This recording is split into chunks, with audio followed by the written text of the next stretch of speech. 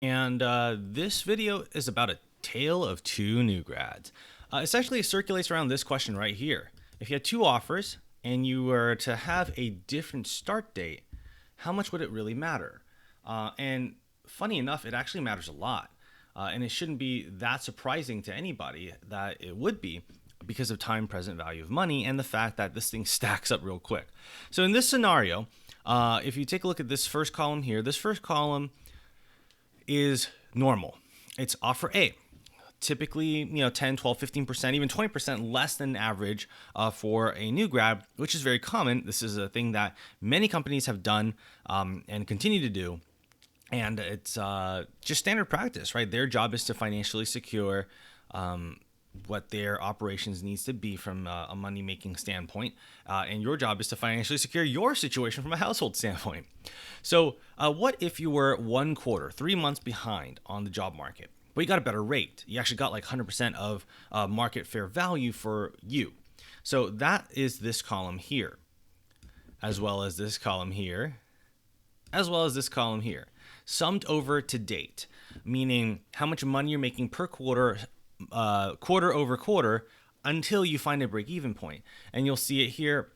If you were to start 1 quarter late, if you will, and we're only paid 12.5% more than the initial offer, you'd break even at 2 years, which is kind of the same thing when it comes to people entering the job market and staying with their first job, usually 1 to 2 years, sometimes 3.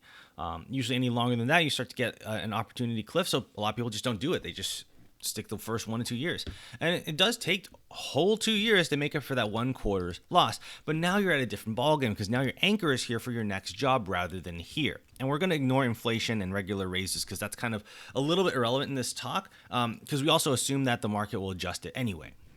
Now, if you were to start a whole half year late, it would take you the better part of 4 years to break even, and then finally a whole year late, 8 years to break even on the fact that you got a better market value for your first job.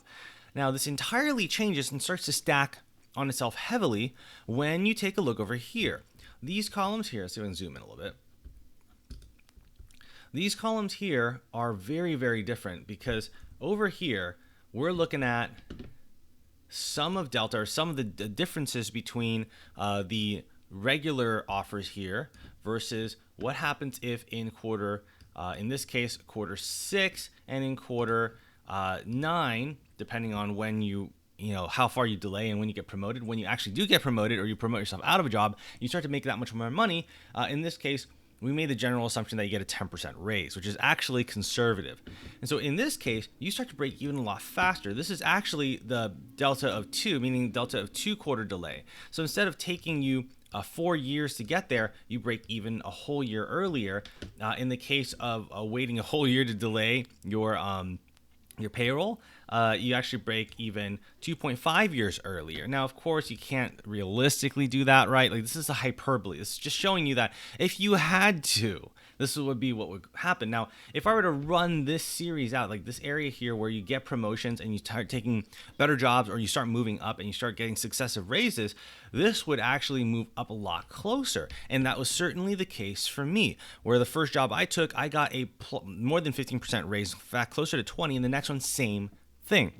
So you really have to ask yourself, do you need to start making money now? And are you willing to be very strategic in these critical first 2 years to make sure that you move up, move out, or make some kind of adjustment in your finances so that you don't lose over the long run here? Because you take a look at these, right, you start losing a lot. Now, this is really far out, and who knows what's going to happen by then. But, in this case, even just 1 quarter's difference, assuming all things being equal, 8 years later, because you waited 1 quarter, say you're at the exact same jobs, and these two parallel dimension jobs were to hold the exact same raises and the exact same inflation adjustments over time, you'd be making $40,000 more, sum over sum, by year 8. Now, that doesn't seem like a lot. Actually, wait, 40,000 is actually for 2 quarters delay. It's 60,000 for 1 quarter delay. That may not seem like a lot, but again, this is the most conservative situation possible. And think to yourself, $60,000 over 8 years. What could you have done with that in terms of just lifestyle, paying off loans, and all that kind of stuff. And yeah, this is super, super simplified financial model. And by no means am I a CFP or a CPA, but this is just kind of the basics from a numerical logic standpoint of what you need to do to negotiate and what kind of mindset you need to get into. Because when you go over here, right, if you zoom out, let's go back over here, right, you take a look at these graphs. And this is the model where the red is actually a 2-quarter delay and the orange is a 4-quarter delay, and you took a promotion after 1 year and you break even that much earlier. I mean, remember it took I think it was 4 years for the 2-quarter delay, and now here's 12 at 12 quarters for 3 years. It moves very, very quickly. You start to create huge gaps, and especially if you start moving up and out and you start taking successive promotions, moving up the management chain. The promotions in terms of the financial benefits are rather, they're rather nice. But you have to make sure you choose the right one and not kind of the line staff promotion where you're really just stabilized for your salary, but you work a lot more extra hours to the point where your earning potential per hour actually goes down over the life course per year of your employment. So that's your very basic rundown. Hope you guys enjoyed it. Let me know if you have any questions, and thanks for watching.